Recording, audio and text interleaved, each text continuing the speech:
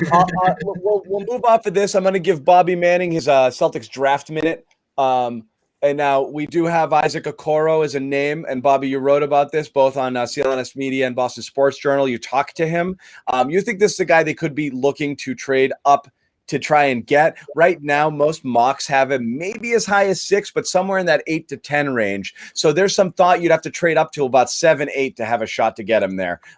Is this a guy you like if they go up there? Is it worth all the picks and a guy like Hayward if this is the prize coming back, or you like some other players too? But just talk about this a little bit. And also, anybody listening right now, if you want to ask any questions or throw some comments in, we'll try to get to them in the last 10 minutes here before we wrap it up. Well, Okoro, you talk about your 2 steps back for steps forward approach. He's that kind of guy. It's going to take some time for his shot to develop, I'd imagine. But he has everything else. I mean, the physical tools this guy's coming into the league with are pretty rare. He's 225 pounds already. He's got the same physique as Jimmy Butler, Andre Iguodala, and Jaylen Brown, and he's 19, which is stunning. Just and like Jason Tatum. Yeah, I mean, I wrote that in the story. I was like, this guy's only 19. He's only 19. So, yeah, I'm excited about him. The interesting thing that's going to happen here as you watch the draft tomorrow is that who's going to go to the Cavaliers at number 5? They like Okoro. They like Obi Toppin. They like Denny Adviha. There's a lot of ways that they could go there. And I think you could potentially see whoever they don't pick there slide to that number 10, number 9 spot that we talked about last week that the Celtics would have a better chance of moving up to. So, you know, I'm looking at Kevin O'Connor's mock right now. He still has Killian Hayes, Isaac Okoro at 9 and 10. I think that's still feasible trade-up range for the Celtics, especially now that Phoenix already got Chris Paul and is staying at number 10. I thought last week that Phoenix would need to trade that number 10 pick to get Paul, and they have it still. So I don't think it's a huge drawback for Phoenix to jump back to 14, take some assets from the Celtics, and maintain themselves, because they're out of cap space now after this Paul situation. So they need to get some players, some picks, some cheaper contracts back. If you're looking for the Celtics to move up, I think it's going to be that number 10 spot. And the guy's either going to be Isaac Okoro or Killian Hayes, who I know Josue likes too. Those are the 2 guys in this draft I look at and say could be next great players in this league. Yeah. Josue, any draft thoughts here? Before we move on, we'll take a couple. No, I mean, Bobby pretty much nailed it. That 14th pick. I mean, if the Celtics have to, we'll see if he's available. But I mean, I don't know. I think the Celtics are going to do their best to trade up, but they just don't have the leverage in their favor. It seems like. But maybe one of these teams hop on it. I mean, another team that's an option is the Spurs, but you're not doing a whole lot of moving up there. You know, they're right outside the top 10. Yeah. Jimmy loves the draft. Jimmy, we'll let you talk about it a little bit. No, I mean, my whole thing is this: trade as many of these picks as you can. I mean, if you have to trade into next year's draft to delay it, then go for it. I mean, the last thing, listen, we know that the Celtics need role players. That was the big knock on them going into the playoffs, was depth. They had a great starting lineup, and even when Kemba wasn't performing well, you still like their chances every game, but they lack the depth, and that is due to some poor drafting over the last few years. But I mean, if you can open up some roster spots for some low money veterans that can actually come in and give you 10, 12 minutes, 15 minutes off the bench, that's what I'm really interested in. EJ I'm not super high on this draft. I am going to defer. All right, well, to piggyback on that, Bobby. Exactly, Bobby Tucker.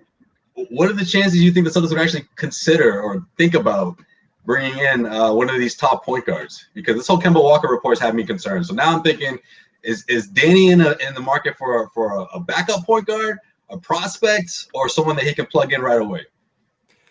That's the move if you stay at 14, I think. And Hayes could be that lead point guy. I don't know if he's ready for that yet. But there are a number of those point guards available at 14. Kira Lewis, RJ Hampton's a guy that can lead an offense. So, yeah, I think that's the direction they'll go in if they stay at 14. Even Tyrese Maxey from Kentucky is kind of a combo guard. They need help there. I don't think Brad Wanamaker is going to be back. You don't think anyone in the top 10 would be better? Like, you don't – no? That's a good thing about this draft for the Celtics, I guess, is that those guards are probably going to be there at 14. I don't think any of the best point guards in the draft are going high except LaMelo Ball, and I'm not a huge LaMelo Ball fan. Oh, no. What could go wrong at 14? Let's take a couple of questions. Just kidding.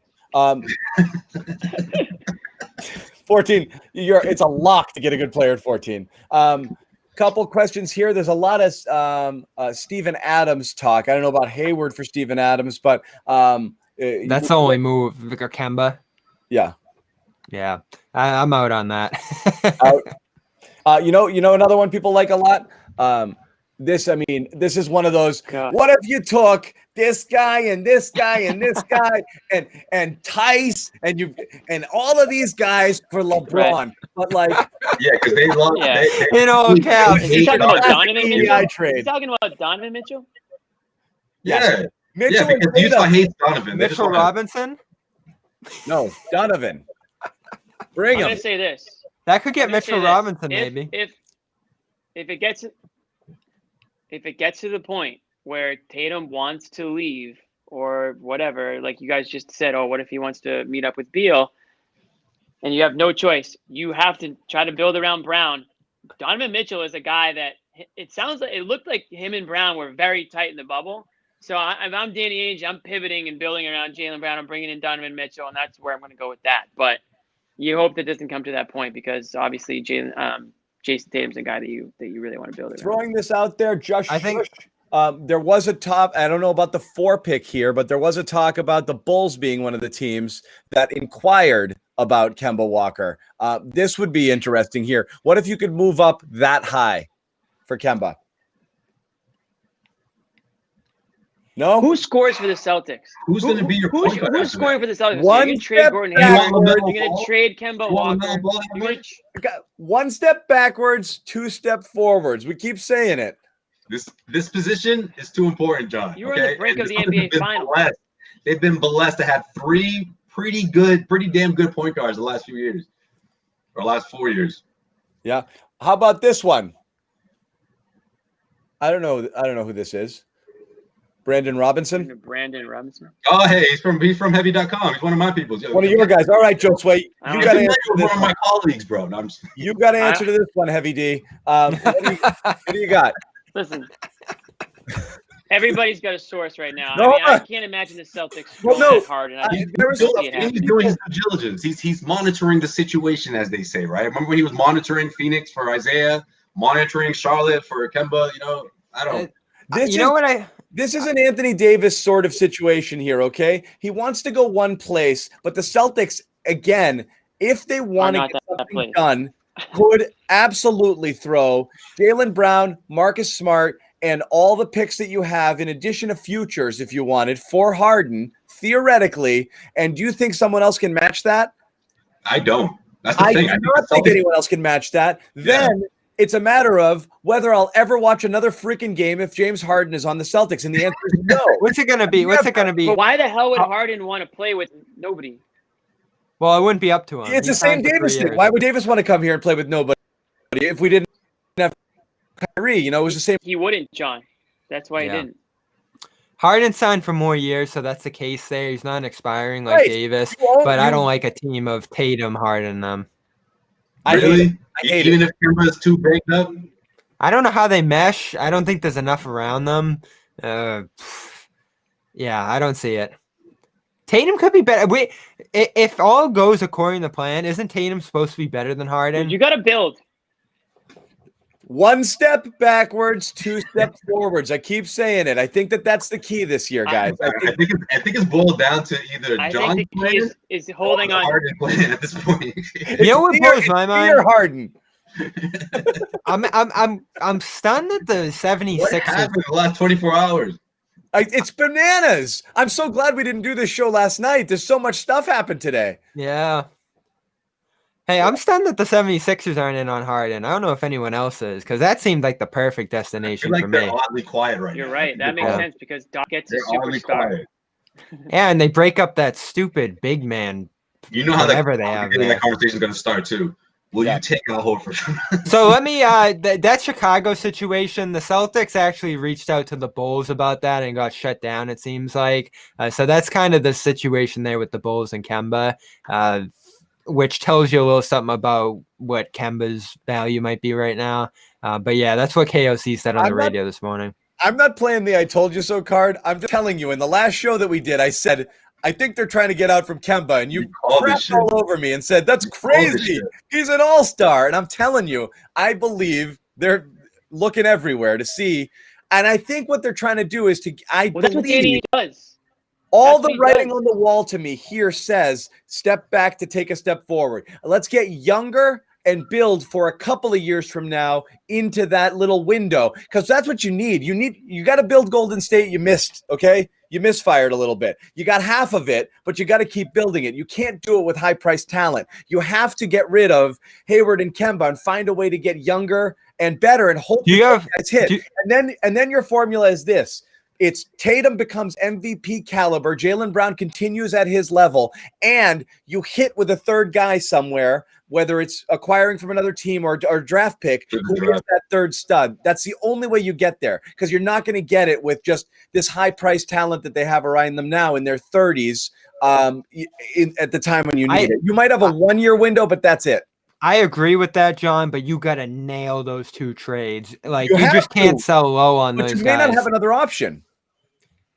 You can run it back next year. You still have a pretty good shot at winning it all next year with this team, I think. Yeah. I mean, I think you think so, Josue? I'm leaning towards it at this point, because you're going to get fleeced if you trade.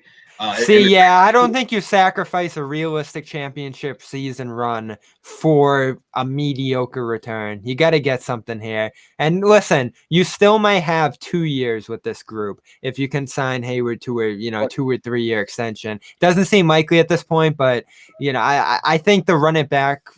I think there's still a case for running it back. I'm with Josue. If everybody, and last thing I'll say here now. Of course, you have misfires. You've got Romeo. You've got the lower half of the draft where Ainge didn't really hit. Think of all you got to do is hit. He has absolutely hit in the top 5 or top bit of the draft, okay? Jaylen was a question mark, and it ended up being absolutely worth it. Tatum, again, was a risk, giving away the number 1 pick, and it's a hit there, okay? Marcus Smart, even at 6, it's hard to argue that they could have done a ton better there. I like how he does in top 6. Yeah. So, look, if you're looking at that as the track record, and you believe Danny sees a guy at 4 that he thinks is a cornerstone building piece, at that point, I'll go all in on Danny I trust on that one. Me too. And so that's why I would view it as at this point, you put the faith in the man to try to do what he's done before. And that's one thing he has been successful at. We lost Jimmy, but that's one thing he's been successful at. I would be willing to see us try it again, because you really do need a lottery ticket to hit, I think, to get to that next level. Well, we're going to find that out tomorrow. I think that's why they pushed this back to Thursday. They have all the flexibility in the world tomorrow now. If they find a destination, the hard part's going to be making 3 things come together. Hayward's desire for the destination, the Celtics' happy return from the other team, and the other team being happy about taking on Hayward. That's a lot of sides to make happy, but now they have the chance to do that tomorrow. Yeah. And there's another thing about it. There's more stuff's flooding into we almost have to jump on. Ton of interest. I want to tell everybody at home 2 things, okay? And we got to, again, pay some bills here, but I want to tell everybody again about the sponsor, which is, let me pull up the graphic here, Manscaped. 20% off, free shipping. Garden 20. Use the promo code. Thank you, Josue. You've done many a Manscaped read for us before. I want to tell everybody again a programming note, okay? So here's what we're doing tomorrow. NBA draft is tomorrow night. We're going to jump in at around maybe 6 o'clock or so pre-draft. What time's the draft start, Bobby? 7:30.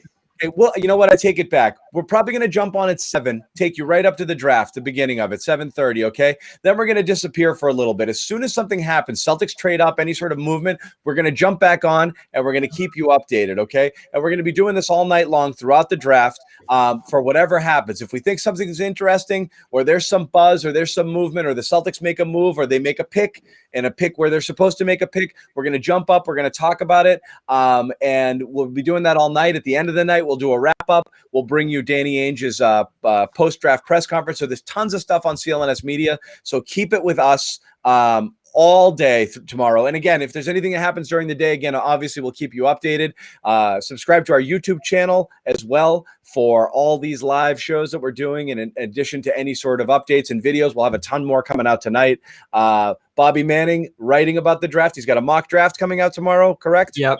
First thing in the morning, final In one. the morning mock draft. We'll see what happens. Bobby, I encourage you to put trades in it because that's going to be the juicy stuff. But you might have to write this thing like 8 times between now and then. That number 1, there's a lot of heat about that number 1 moving. And Yeah. I think Minnesota's pushing it hard. Nobody has any clue what's going to happen. It's a really interesting draft. There's a lot of potential pieces moving. Frenetic offseason already underway. So thanks for joining us. For Jimmy Toscano, who's no longer here, we miss him already. Josue Pavon, heavy.com, Bobby Manning, Celtics beat, CLNS Media, even some Boston Sports Journal contributions. Draft story up there right now. So go read it. We will see you guys tomorrow. Thanks for joining.